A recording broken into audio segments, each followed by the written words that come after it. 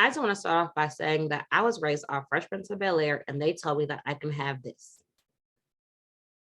and this and this and this. And then HGTV taught me that I can go from this to that and make my major profits. You know, insane profits. But they never quite said how much it was or how much was really worth it. I mean, Fresh Prince was TV, right? And, you know, they were fancy.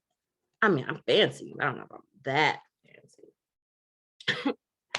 If you were anything like me, you were going through pictures in all type of magazines, TV, and really just trying to figure out what you wanted when it came to buying a home. Maybe it was the bedrooms, maybe it was the yard, maybe it was the character in the house, maybe it was location, schools.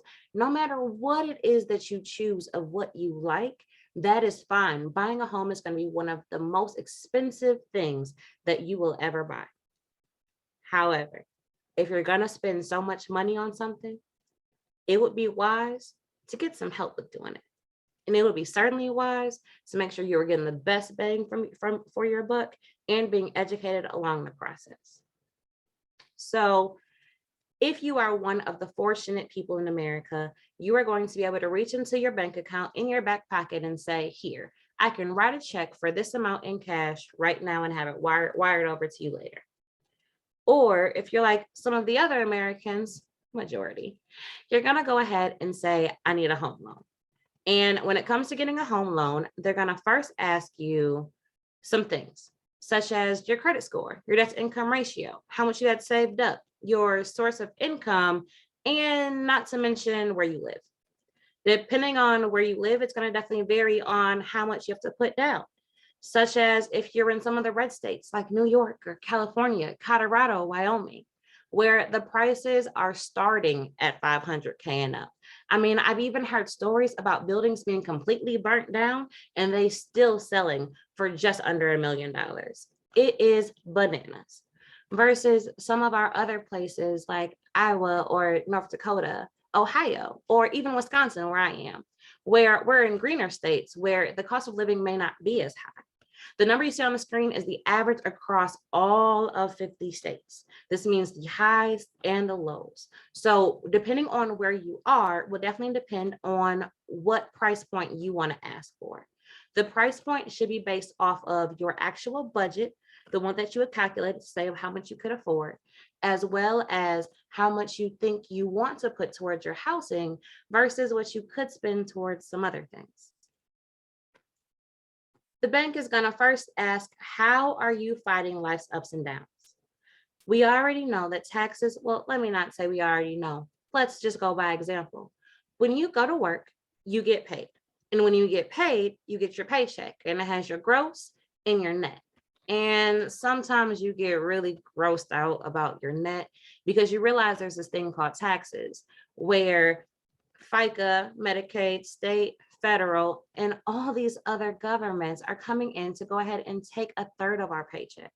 After they take the third of the paycheck, then you're going into debt because maybe we have student loans because we were taught to go to school, get a good job, go really, really hard in it so that we can have the best things of the best.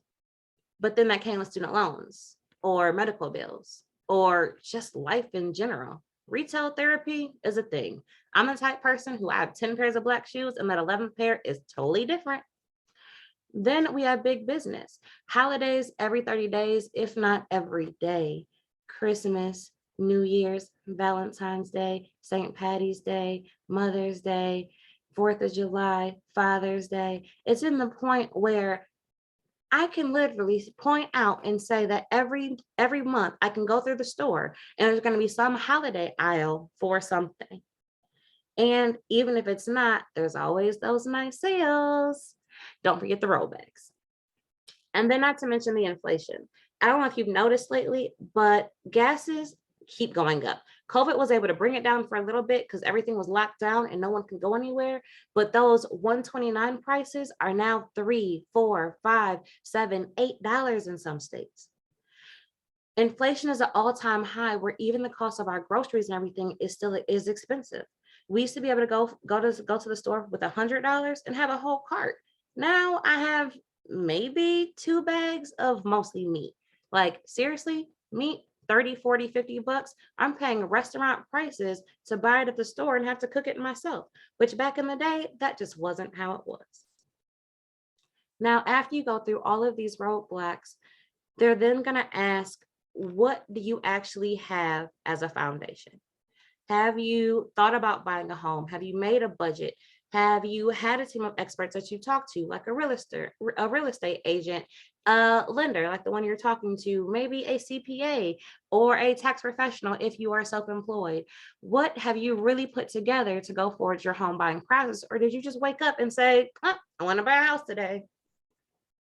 When you can show your written budget to show that you're only planning to spend about 70% towards your living expenses and everything that like your total livelihood as far as groceries, energy, everything else less than 70, you can still show that you have 10% to save, invest, and have fun with. This means that you are setting aside money to take time out for you and have your personal development days. This means that you're taking time out to invest into your future because there's going to be a time where you're just not going to be able to make enough money, or you're not going to be able to work, where you have to still have that money coming in, even though you stop working. Then you want to have that other 10% to go ahead and have for, say, your emergencies or things that may pop up. In addition to that, you're going to have your prepayables. Your prepayables are going to be things that come up out of pocket. So when you first buy a home, these are things like the earnest money. That's 1% of your purchase price. There's going to be things like the home inspection to ensure that you're getting a safe property. Definitely get a home inspection. Never let the cost of a home inspection steer you away from getting it, because those couple $100s could save you thousands of dollars in repairs. And then in addition to that, you then have the appraisal fee if you were to get a loan. This is going to be what the bank is going to send out to make sure that the property is at value that what you're paying for. This will also determine if you're sitting in equity or if you are just at the market mark, where you have to build that equity over time. After you get through prepayables, they're going to ask you, what is your debt to income ratio? How much debt do you have?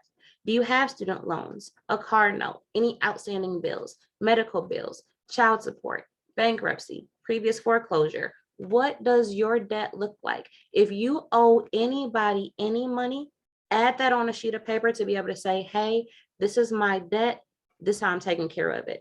Or get a credit reporting system that tells you exactly how much debt you have and what you could do to go ahead and take care of it.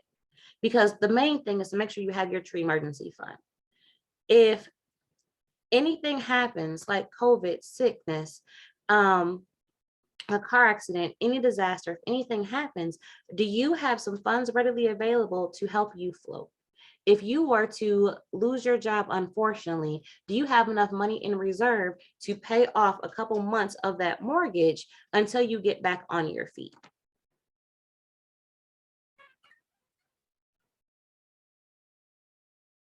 It's going to be anywhere between 3% to 20 to 25%, depending on the type of person or the type of investment you're making.